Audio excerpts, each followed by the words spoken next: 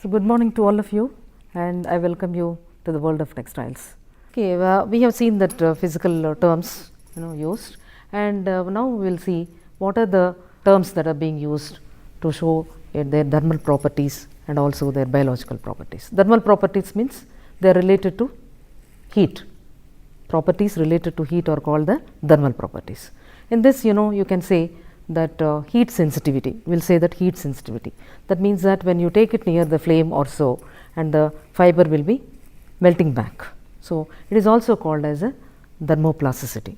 So, all these kind of artificial fibers such as nylon, polyester, acrylic, and all these things are heat sensitive, or when you take it near the flame, they turn back, and then they don't usually don't take up that fire. Flammability is very less, but you can see that they melt and come away from the flame. So, they are all heat sensitive fabrics, and that is why when you are ironing them, you have to use very low temperatures, and they do not require much of ironing, but now and then you can just iron, and but that ironing temperature is going to be very low when compared to these things. Maybe when you observe your iron, you find that nylon, polyesters, they have very least temperature when compared to cotton and other things. That is because of this thermoplasticity, and the fibers they become plastic when you use more heat. And also heat conductivity. So, heat conductivity means when you are wearing some material, some fabric, heat is being produced continuously by our body, and if the heat is being transported into the atmosphere, you feel comfortable. Otherwise, what will happen? You feel very hot and you can't stay in this particular place. And so, the particular fabric which is used for the apparels should contain this quality of heat conductivity. You should be able to conduct away the heat that is being produced in the fabric and then to the other areas, so that the wearer will feel very comfortable. Actually, comfort means there are two things in this. One is the absorbency, and another one is that is hydrophilic fiber and heat conductivity. If these two are there, and definitely the wearer will feel comfortable. And another term is used, flammability. The fibers like a cotton and all, when you take it near the flame, definitely they take up the fire and then they burn. That is called flammability. And say for fibers like wool and silk, like the protein fibers, animal fibers, when you take it near the flame, usually they don't take up much fire easily, and but after some time they will take it, and but they are self extinguished. After you remove from the flame, that it will the fire is put off. And whereas in cotton, if you take out from the fire also, it starts continue burning. So, that is the thing in between these two, and it is called as the flammable fabrics, right. And coming to the biological properties. Biological properties means that we are in a atmosphere with a lot of bacteria around us, and lot of fungus, and lot of microorganisms, and all those things are around us. And so, whether the fabric has resistance towards that or not, we should know. So, we call it as sunlight, for example. When you have a sunlight, biological means we have a sunlight, and we have resistance to microorganisms, resistance to moths, because moths also will spoil the fabrics usually. And so, we have to see whether the fabrics are going to be resistant to moths or not. So, all these things come together, and we call them as the biological properties. This is to do with some other body. And one thing is the milieu resistance. Milieu resistance means when you leave it in the especially in the bath areas, when you leave the fabrics for a long time, what happens, the moisture that is present over there, and it will allow the molds to develop on that. And so, you find a spitty appearance, black spots on the fabric, and that shows that it is being affected by the milieu, and the fabric gets definitely disintegrated at that particular point, and you have the problem with these things. And also one more thing is resistance to microorganisms. So, this should be there, and some things like some of the fabrics have as it is, or sometimes when they are dyed with natural dyes, maybe for example, and they will have better resistance to microbes, and whereas with the synthetic one it will not be there, right. And these only natural fibers are going to have this problem, whereas you have polyesters and all artificial fibers like synthetic fibers will not have this problem at all. Even if you leave it for some time, usually generally the particular mold will not develop on these materials. But microorganisms, yes, bacteria and all will develop, but not as much as in the case of cotton, right. And so these are the things which are important. And also when you are taking care of these fabrics, like chemical resistance of these fabrics is very, very important. When you are washing it with a different detergents that are available in the market, and some are some fabrics are very sensitive to alkalis, like we have silk and wool, you cannot use alkali soaps, whereas cotton, jute or banana or linen and all, you can use highly alkaline fabrics, the alkaline soaps, there is no problem at all for this. Okay, so chemical nature of the fabric is important, and chemical sensitivity of the fabric is very, very important here, and that is because you have to maintain the fabrics also, not only by selecting it, you have to maintain the fabrics. So these are some of the terms. And soluble, sometimes solubility also is one factor that is being taken into consideration, and the solubility means a fiber will be able to dissolve in a particular solution. So each fiber will have a some solution wherein they will be able to dissolve, and so those are important for identifying the fiber, whether it belongs to this group or not. We will be able to identify once we know the solubility of these fabrics. So these are some of the terms that are very, very important. I think you understand some of these, and so when you go to the market, it will be easier for you to understand that particular and appreciate the fabric which is there, and then you will be able to make a good selection, and the selection is going to be very satisfactory to all of you. Number of textiles are available in the market, and each day in its wake brings about so many fabrics, so many varieties into the market, and the consumer is now confused, how to select these materials. And if you have 50 years back, the situation, and you find that there were only very few fabrics that were available to the consumers, and consumers had no choice, they had to buy those materials only for different end uses.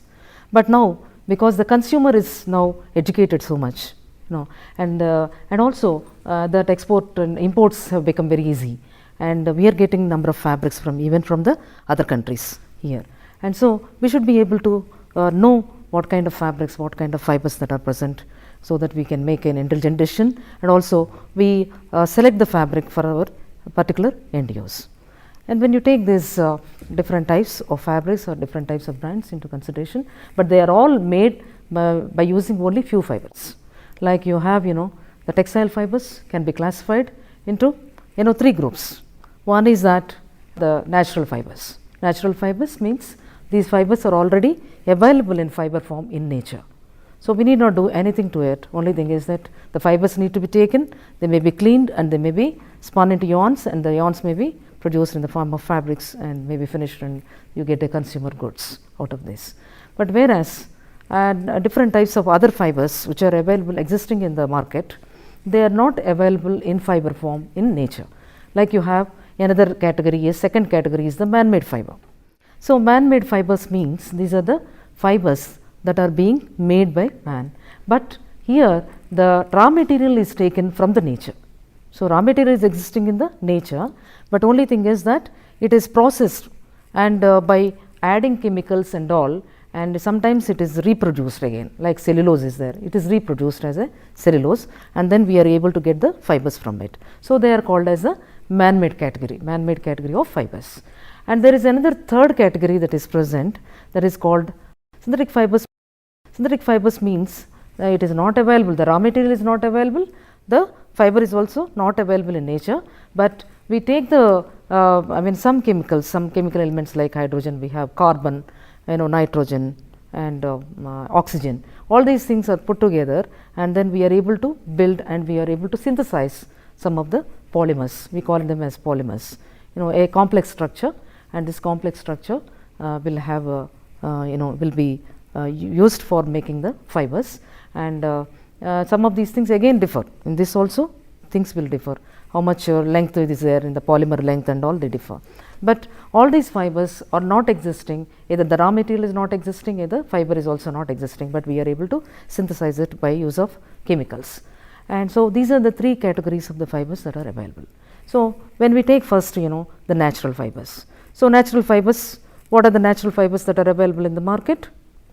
Maybe cotton, cotton textiles, and we have jute textiles, and we have linen textiles, and we have banana textiles too. They are also available in the market nowadays. And so, when you take these materials, what kind of properties it has? Natural fibers, again we have silk, we have wool and all. Again, when you take the properties of cotton, it is different from the properties of silk, properties of the wool, and also some other fiber, linen and jute. So, the properties are different, and so based on again the chemical nature of these fibers, we again divide them into three groups again. One is cellulosic fibers, like we talked about cotton, linen, jute and banana fiber. Okay. So, these are the fibers that come under cellulosic groups. That means that cellulose means it contains the cellulose, the fiber contains the cellulose. So, they are called as the cellulosic fibers. And whereas another group of things like silk and wool we take, they are called as protein fibers. They are of animal origin, and their wool is taken from the sheep, and by shearing the hair on the skin. And even if you take this silk, silk is drawn from the cocoons. Cocoon is nothing but a pupa of the silk moth, right? From there we will be able to draw it. And so, this is a protein in nature, and the other one is cellulosic. So, these are called as the protein fibers. Cellulosic fibers, protein fibers. And when you take another one, that is from the rocks also, we will be able to take up some kind of fiber. Fiber is short, but that fiber is going to be very, very strong, like asbestos. Asbestos is the only natural mineral fiber available in the universe. So, these are the three types again. The first one is cellulosic fibers, protein fibers and mineral fibers. So, under natural category. And so, when you take cellulosic fibers, they have few properties, like you can take them, and these textiles show good absorbency, good heat conductivity. Even take care, maintenance is easier with these things, because they get soiled, there is no problem, but they will also leave the dirt, and you can boil them, nothing will happen. And so, taking care of even any kind of friction you can use in order to remove that kind of dirt that is present on the material. Okay. So, cellulosic fabrics are very comfortable to wear, mainly they are very, very comfortable to wear, and also they are flammable, but you have to take care, the flammability is there. And so, whenever you are selecting fabrics for small children and all, you have to take care of these things. And then coming to the protein nature, like silk and wool, wool is taken, wool and silk also differ, even though the protein, the fiber is of protein, like keratin and like fibroin in case of silk, the protein in wool is called keratin. Okay. So, these two have different amino acids and all those things, so they differ chemically, and so you find that there are differences in the properties too. But mainly these fabrics are having similar properties, like they can be used for giving warmth, right, and also they can also absorb lot of water, and wool is having the maximum absorbency when compared to other fabrics.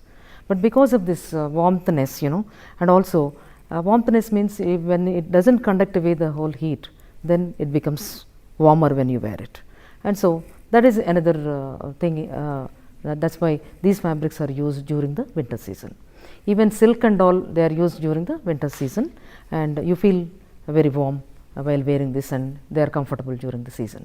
And so, fibers differ, even though they differ, you should be able to select them in such a way that they are taken to our advantage. Okay. So, winter clothing means you have to go for either wool or silk invariably.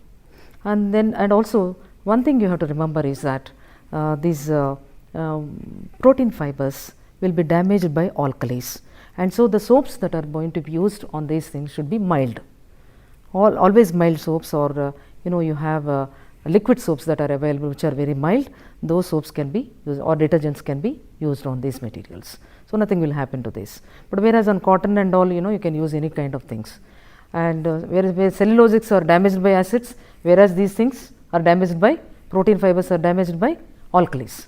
So, that part of it you should remember when you are taking care of the fabrics, these fabrics. And then coming to the mineral fiber is only asbestos.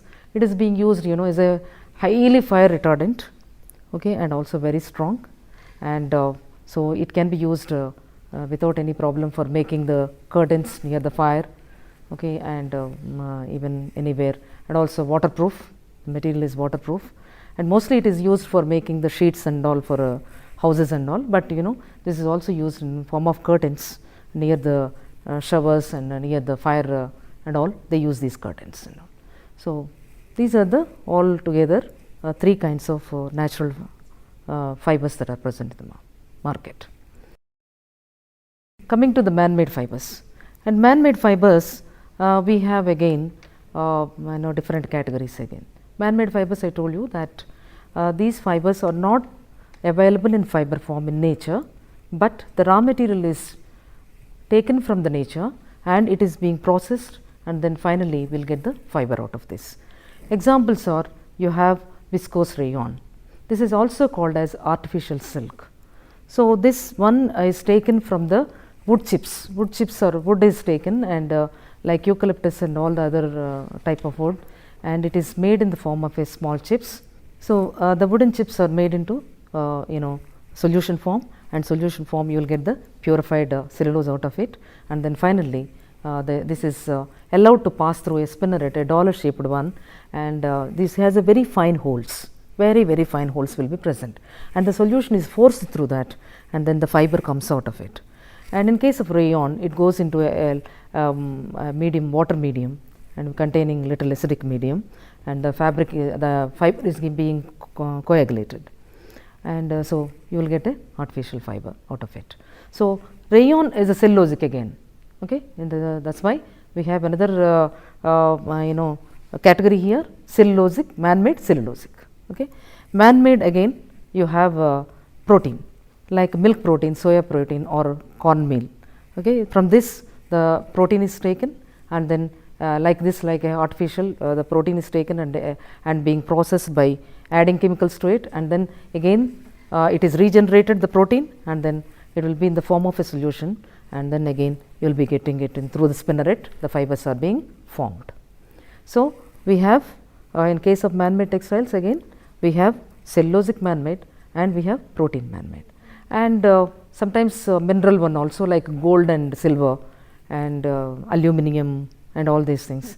They are made into very hair like wires, and then they are being flattened, and then they are wound around some of the silk threads, and they are used as a zari, that zari. So zari is also a man-made one, and because the raw material is available but not in the fiber form, it is made in a yarn form here, and so it may be taken as a one more thing here. And then coming to all this when you take all these fibers into consideration, they have similar properties, like even though cellulosic and cellulose both are contain cellulose, cotton and rayon, but rayons will have high luster when compared to these things, because the cross sectional shape of the fiber is smooth and contains streaks, and which will have more of light reflectance, and thus it becomes very lustrous. Usually what they do is they add some kind of materials like titanium dioxide and all in order to bring down the luster of these fibers.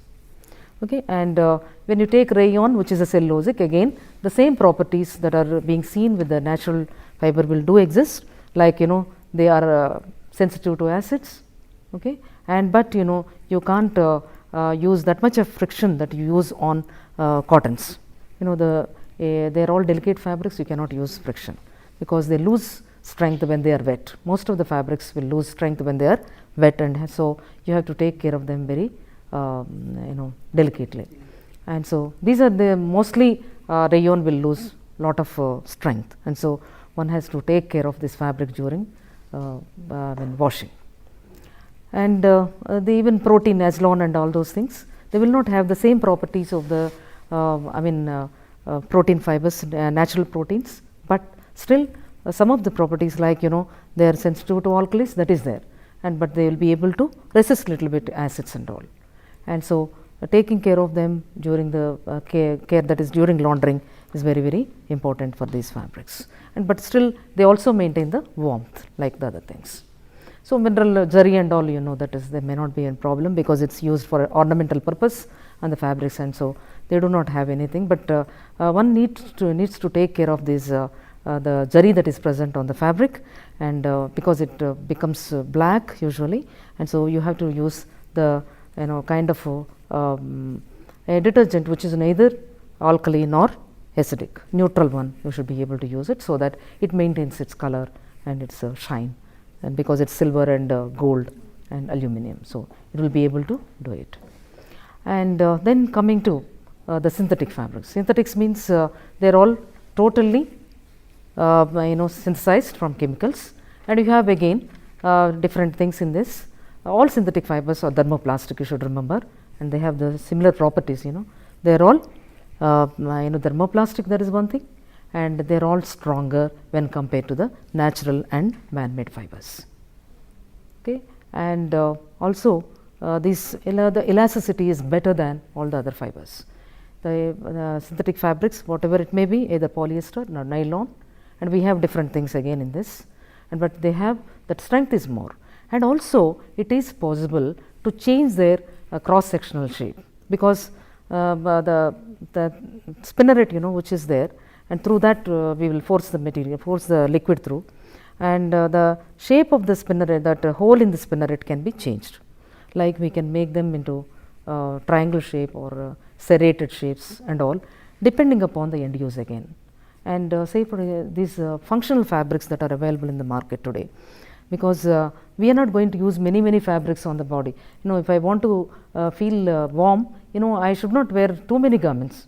If it is in ordinary places, it's okay, but when you are going into the very snowy places and all, where the temperatures are very low, in that case we can't wear so many layers of dresses.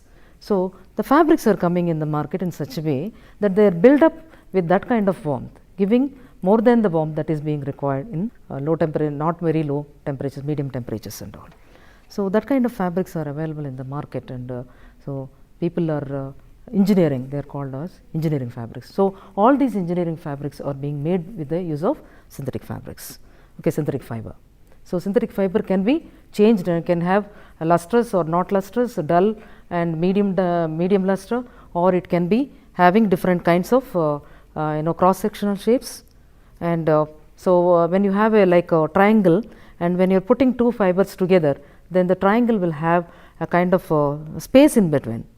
Okay, that space is required in order to produce warmth in the fabrics.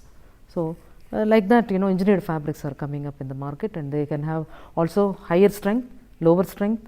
They can also produce fabrics with a higher strength. So there is a possibility of doing all these things in the case of synthetic fibers. When you take in synthetic fibers itself, one is a polyamide fiber. There are polyamides depending upon what kind of elements are present in that polymer. It gives like a polyamide, polyester, olefin fibers, and spandex fibers. And there are many complex classifications are there, and even the fabrics are available in the market. But as an ordinary a consumer, you should at least know a polyamide, that is example is nylon. Okay, it is a very strong fiber, very strong, and it is its strength can be compared to a steel wire of the same denier and this one. So nylon is a very strong fiber, and that's why it is moving towards industry today, and all the tires and other things are made with nylon. And whereas polyester may not be that much stronger. Polyester, it is esterification, ester being polymerized, amide being polymerized in the case of polyamide, and here polyester is esters being polymerized. Okay, and for example is, we call it as a terling, or we call it as a diacron also, and we call it as polyester here. Okay, in India we call it as a polyester, and diacron and terling are all from the UK and USA. They call these fabrics like that. Name of the fiber is that. And then we have olefin fiber. Olefin means polyethylene. Polyethylene fibers are also available. Okay, and polyethylene or polypropylene. Polypropylene means all carpets are being made in polypropylene. Polypropylene is a very light material, and which is used, and it has a very good loft, so that even if you compress, it comes back to its position, its a shape, and that's why that is a polypropylene. Poly is an example is polypropylene material, and the end use is the carpet mainly. And polyethylene is made to make the sacks and all for transportation and all, that is being used. And but nowadays they are also using some of these things in order to make functional garments, functional textiles. And otherwise, in ordinary textiles, olefin fibers are not used. The specialty of olefin fiber is that it is very light in weight and it floats on the water. Okay. Whenever there is something to do with the light fabrics, even aircrafts and all, they use this kind of materials. Nylon is being used, and earlier silk used to be used before the invention of these things by people in western countries. They used only the silk as a very strong material for even for aircrafts. Okay. So we have seen now that the different fibers that are available in the market. Okay. And but one thing happens, that the fabrics available in the market also contain a proportion of one fiber and the other fiber. In the yarn itself, there are two fibers. One is maybe cotton and the other one may be nylon or polyester, okay, or rayon or something, or sometimes even three fibers are available in the together in one yarn. So those fabrics are called blended fabrics. Okay, blended fabrics have some advantages, like polyester has very good strength, whereas cotton has absorbency and heat conductivity. So when these two are combined, and polyester contributes to strength and cotton contributes to absorbency and heat conductivity, so that the wearer will have both the advantages of both the fibers. And so the fabrics, if they are available, definitely you can purchase these things. And in the same way, you have rayon, you have polyester, and you have cotton. Suitings are being made with rayon also. Rayon has that kind of pliability that is very, very important. When combined, when these two are combined, when the polyester and cotton are combined, rayon also will contribute to a lot of pliability and other things over there, and so they feel comfortable to when rayon is there in this one. And linen is also being used in suiting materials and all. And so when you know that these fibers are being used, and when you study the properties of all these fibers, then you will be able to buy it. And for example, silk, when silk is there, it is going to be very costly. When linen is there, it is going to be costly. Even 5% of linen is going to be costly. And so when the salesmen tell you that this is the price of this is this much and price of this is this much, then you will be able to make your own selection. Okay. So because it has silk, yes, maybe we have to spend some more money in order to get that. So to get an idea about these things, about the consumer should have this knowledge of textiles. It is essential to all of you that whenever you buy the material, and you should get the satisfaction to the worth of your the worth of money that you spend on these fabrics. Good afternoon, ma'am. I have this question for you. Nowadays, when we go to the market, every other seller claims that the fabric that is selling, especially if it's of cotton, it's 100% pure. But we nevertheless have an idea it's not. So, as cautious customers, how do we know for a fact?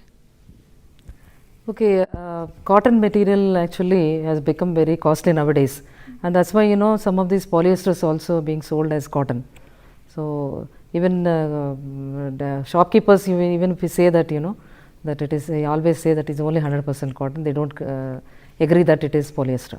Only one thing that you can do is that you can take out few yarns from it and try to burn them outside the shop, and then you will be able to see if it burns very well and it continues to burn, and also if the ash remains after burning, then definitely it is cotton. If it is not so, what will happen? If it is polyester, then you find that it becomes like a bead, it beads on the surface, and it doesn't get burnt in such a way that it will not, you won't get anything else like ash and all. So by that you will be able to identify it. Thank you, ma'am. Okay. I'm Vivek, and my question is, what are the basic maintenance of fabric which we use in our homes? Okay, fabrics, as I told you that there are different types. Like cotton, you have like silks, and say you have rayons, and again synthetic fabrics, all those things are there. So if you take cotton, again we need to basically one procedure you can follow. One thing is that you try to separate them, colored and also white ones, and if there are any mending is to be done, if there are any holes or anything, any problems, you mend it first, and then you just steep them if it is cotton. If it is not cotton, then there is no need for steeping. Okay, and the detergents that you take for cotton should be any kind of detergent you can take, like any surf, any kind of powders that you available in the market. You can use detergents, and then you can just wash it, and even that kind of friction is okay. When you are washing it, you can subject it to friction, no problem at all for those things. And then after washing, you should rinse it 2 to 3 times. 3 times at least is better, so that the soap will not remain in the with the plain fabric. water. Yeah, with plain water, and then it can be hung onto the clothesline. There is no problem with the cotton. And whereas when you talk about this silk and wool, then again there is a problem, and you cannot use all kinds of detergents. You have to use only mild detergents, like liquid detergents and all are available. Yeah. Yes, and also the thing is that wool should not be actually hung on to the clothesline. You know, it will lose shape easily because it is in moisture content is there in the fabric, and so it will lose its shape. So you have to be careful in doing these things. You have to take the say the sweater and all, if you are doing it, you have to take the shape, and then after washing you have to put it, because wool is going to shrink a lot, and so you have to take it to that level and then shape, and then you can just dry it flat.